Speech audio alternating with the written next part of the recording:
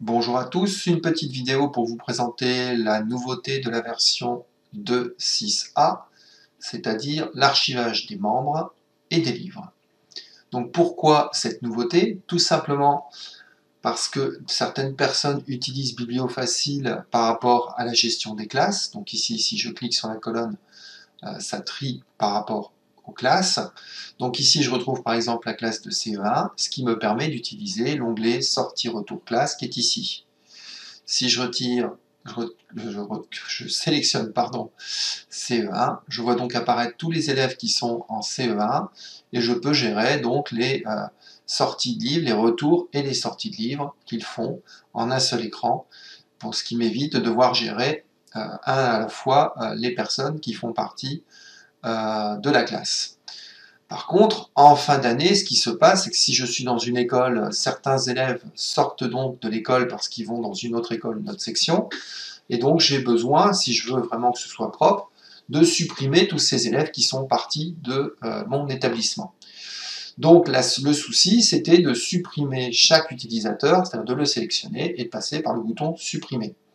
Donc ça prenait du temps et c'était un peu fastidieux. Donc dans ce cadre-là, plutôt que de les supprimer, j'ai donc mis en place un nouvel onglet qui s'appelle Archivage.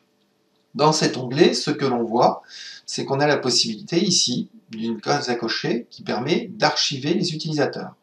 Ça veut dire quoi, j'archive un utilisateur? Ça veut dire simplement qu'une fois que la case est cochée, l'utilisateur ne va plus apparaître dans Bibliofacile, tout du moins dans la gestion des membres. Ça veut dire qu'ici, si je fais par exemple une recherche sur Monsieur Chabi, ou Madame. Je cherche donc le numéro 5. Si je reviens dans Gestion, ici, je fais une petite recherche en cliquant sur la loupe. Le numéro 5. Je ne trouve pas de numéro 5, je ne trouve que le numéro 6. Donc le numéro 5 n'est plus visible. Pourquoi il n'est plus visible? Tout simplement parce qu'il est désactivé, il est archivé. Donc ça veut dire quoi? Il est archivé.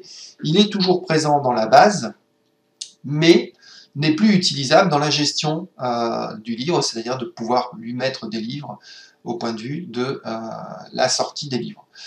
L'avantage, c'est que je garde cette personne en historique, donc je sais qu'il est venu, tout du moins qu'il est passé dans le logiciel Bibliofacile, et j'ai toujours la possibilité de visualiser les livres qu'il a pu emprunter.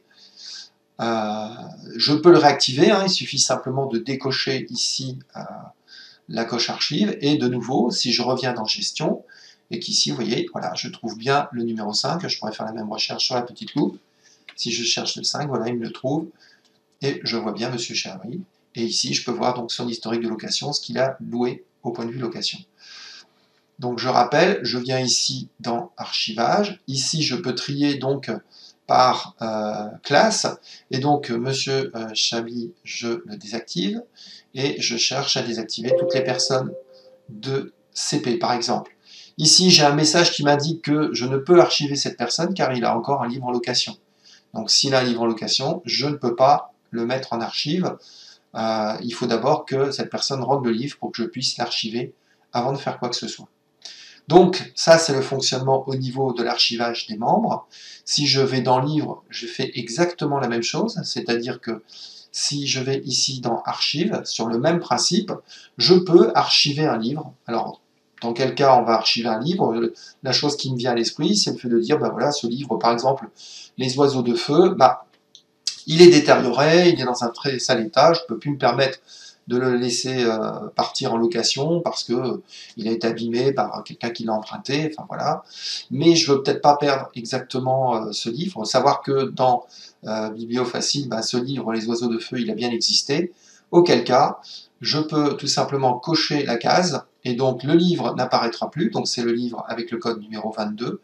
Si je reviens dans Gestion, je fais la même recherche, c'est-à-dire ici, je lui dis, trouve-moi le livre numéro 22. On voit bien qu'il ne le trouve pas. Il trouve le livre 220, mais le 22, il ne le trouvera pas. Donc, de la même façon que dans Membres, je pourrais très bien le réactiver, de la même façon. Ici, j'ai un compteur qui me dit donc le nombre de livres désactivés qui sont dans Bibliofacile. De la même façon, je retrouve dans Membres, Archives, le nombre de membres qui sont désactivés. Donc, ceci résout la problématique en fin d'année pour les enfants qui quittent l'établissement, le fait de pouvoir désactiver simplement les membres sans les perdre et sans perdre l'historique des locations. Encore une fois, dans la base de données, ceci est vraiment relativement petit au niveau place je dirais, d'enregistrement, donc ça n'a pas de grosses répercussions sur la taille des fichiers de données qui permettent de gérer donc cette bibliothèque. Voilà, donc c'est la nouveauté de la version 2.6a, en espérant qu'elle vous est toujours utile à tous et qu'elle convient bien à votre besoin simple pour une bibliothèque associative ou une bibliothèque scolaire, comme il a été fait pour cela. Je vous souhaite une bonne utilisation et n'hésitez pas à me contacter si vous avez des soucis, quels qu'ils soient. Bonne journée à vous.